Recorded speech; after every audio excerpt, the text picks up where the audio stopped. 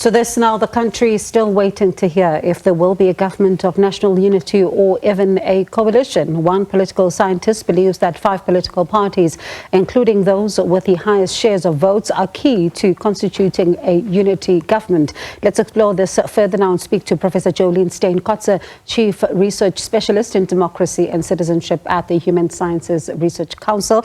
Good evening to you, Joleen, and thank you so much for your time. I mean, you say that the ANC, the Democratic Alliance, the Economic Freedom Fighters, the Inkatha Freedom Party, as well as the Patriotic Alliance are critical to creating an inclusive government representative of South Africa's voting public. We are trying then to get Joleen back on the line, and she does, when you read her opinion piece, she says that these 5 political parties, it does seem that if they are to work together, they will be representative of South Africa currently, especially when it comes to the voting public. She says it's the ANC, the DA, the Economic Freedom Fighters, the Inkatha Freedom Party. She also lists there the Patriotic Alliance when it comes to this inclusive government. But what does it mean then, for example, for a party that is now the 3rd biggest political party, that is the MK party, and of course a lot of talk about, the fact that you think about some who are saying that if you are then going to have this particular government, then you need to include some and not others, and different positions are being taken on what this looks like exactly. And I do understand Joleen is now with us on the line. Joleen, thank you so much for your time. I hope you can hear me now. You say that the ANC, the DA, the EFF, the IFP, as well as the Patriotic Alliance are critical to creating an inclusive government representative of South Africa's voting public. Why? Well, it's an interesting question, but I do think we're kind of at a crossroads where political parties will need to really start moving beyond their ideological lenses and to start exploring those policy positions that can bring us into an agreement on what our developmental trajectory for the next 5 years are going to look like. So when we start looking at some of the political role players, we've noted the MK as the 3rd largest party in the country as per the election results, but the MK has quite an anti-constitutional stance. So that for us would then bring other players in that would have some regard for the rule of law, for the Constitution, and then to start really exploring those vistas of collaboration and compromise that can set our priorities for the next 5 years. Joleen, there is a school of thought that says that though the MK party may not necessarily be taking an anti-constitutional stance, but may then be looking for certainty when it comes to some of the issues that are maybe being raised by the electorate and calling for them then to be put to finality. What do you say then to some who say that this is not necessarily anti-constitution, but interrogating it further? Well, I think for me what the difficulty with the MK as well is that, we look at its election manifesto and we've seen some of its political behavior, disagreements, discontinuity in position already early on, especially around whether its elected MPs will be attending the sitting of Parliament or not.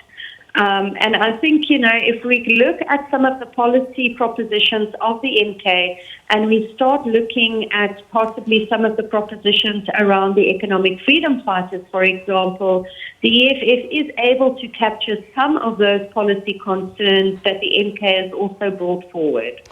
There are some who say that the Democratic Alliance, I'm sure you've seen, Kosatu saying that the DA also wants to do away, for example, with the national minimum wage, and this is not good for the workers, and that's why then they do not want them to work with the African National Congress.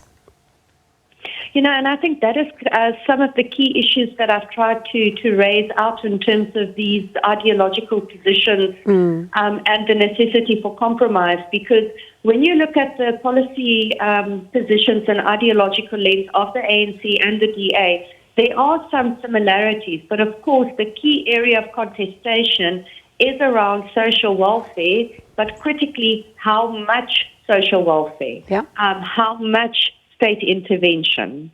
And Joleen, there's something else that you touch on in your piece, which really a number of people have been talking about, that South Africans have stated through their votes that they're no longer happy with the single-party hegemony that the ANC enjoyed over the last 30 years. So when it comes to going into the future, do you see that these political parties will be able to get to a point where they put aside these differences, as you're calling on them to do, or are we still going to see some of these stalemates unfold?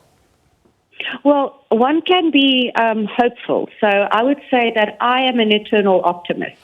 And with that, I'm hopeful that political parties and political role players have learned the lessons that played out at the local government level with some of these role players, may I add. We found policy stagnation, negative impact on service delivery, severe impacts on the ability of municipalities to advance their social development and economic growth strategies because political parties were posturing for positions and not necessarily for achieving collaboration on a policy front for the betterment of their communities.